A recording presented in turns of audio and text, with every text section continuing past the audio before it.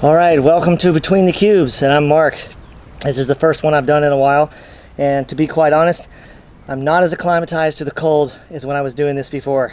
And so, but I have something pretty important to talk about today. I'm going to talk about why I feel like you should avoid confrontation if you can.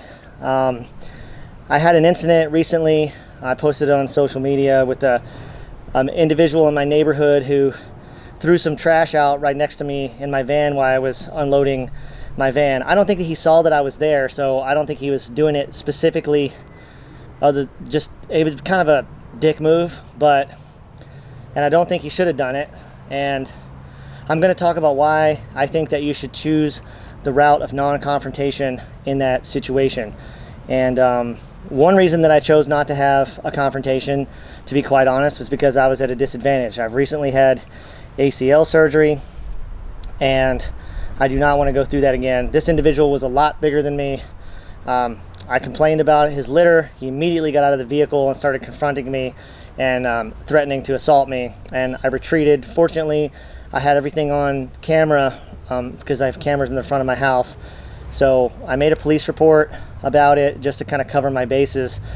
But, you know, I do have a military background, and I can defend myself if need be. I can defend myself if need be up to lethal force if I feel like my life is being threatened. But I basically want to point out that I don't feel like someone throwing litter down in the front of my house is worth their life or my life. I had a pretty copious amount of eye contact with this person, and I wasn't scared for this. I probably should have been. My adrenaline was definitely going, but I wasn't scared. And I definitely let him know that via eye contact, even though I know he could hurt me. And I chose to express my frustration to him in a manner that I was trying not to attack his ego because I didn't want to have a violent outcome. And the takeaway from this is I have to shake my head when the police do something and it results in someone's death, say for selling illegal cigarettes, for instance. It's not worth killing someone over. And when someone starts threatening you and you think that your life is in danger, you definitely should defend yourself. However, I think that was a wrong tactical move on my part, because I was at a diminished capability to defend myself, and my children were also nearby, so that was a tactical error. I think because of the proximity of the situation, I chose to express myself at an inopportune time, despite somebody else doing something wrong. So I don't wish him any ill will.